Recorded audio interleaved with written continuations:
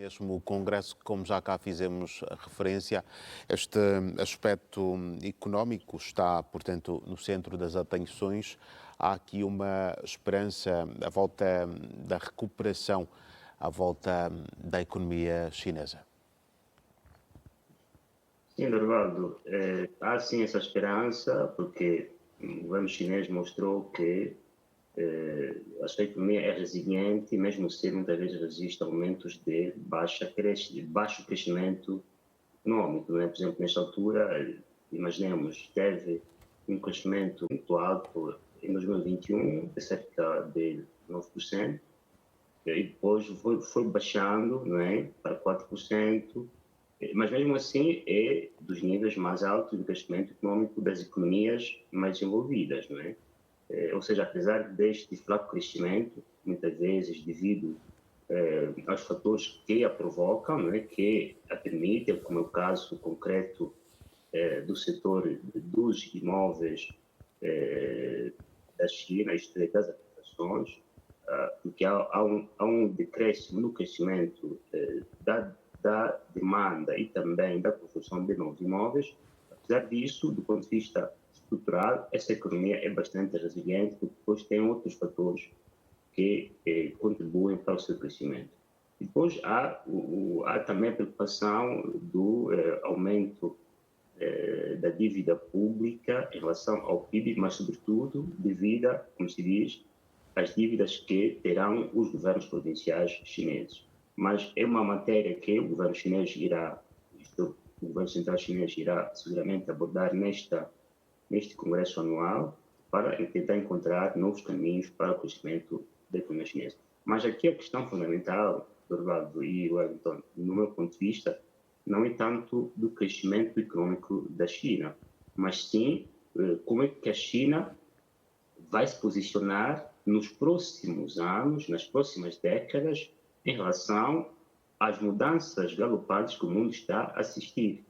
Sabe-se que em janeiro deste ano, o presidente chinês lançou um termo que está a ser muito bem usado pelos entendedores das questões chinesas, que é novas forças produtivas. Né? Para o governo chinês está-se numa fase das novas forças produtivas que são diferentes das que estão ligadas, por exemplo, ao setor dos imóveis. Quais são essas forças produtivas? É a tecnologia e a inovação. Mesmo nos discursos que o presidente chinês foi fazendo nos primeiros anos do seu mandato, ele colocou uma tônica bastante importante na ciência e na tecnologia.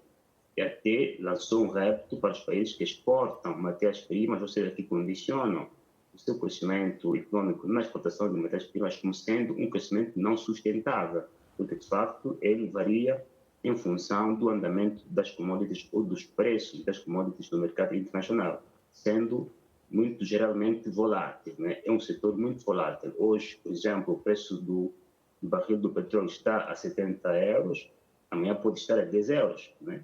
Este não é o setor, não são fatores que contribuem para o desenvolvimento sustentável de uma sociedade.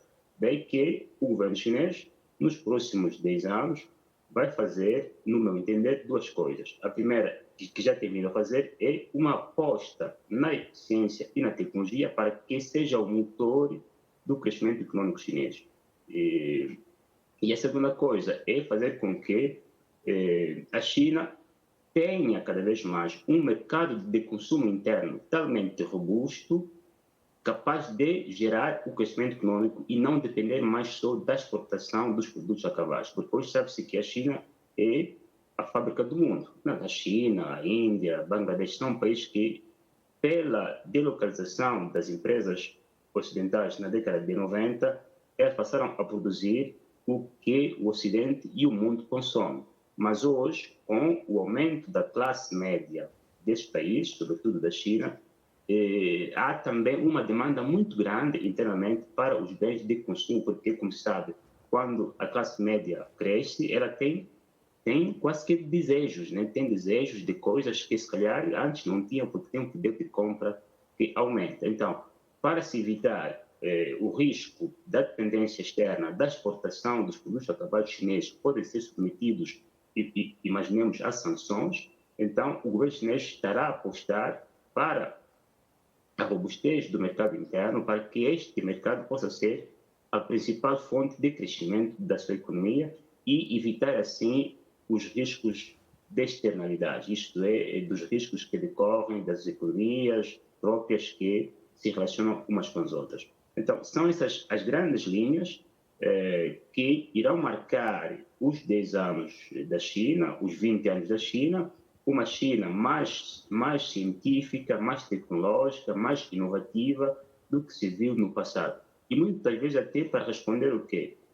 Ao contexto atual. Cada contexto tem a sua característica, tem o seu elemento característico do crescimento econômico. Se no passado era, imaginemos, agricultura, não é? Ou era, imaginemos, a Revolução Industrial, não é? que marcou a passagem da manufatureira à produção industrial. Hoje, o contexto é da Revolução Tecnológica.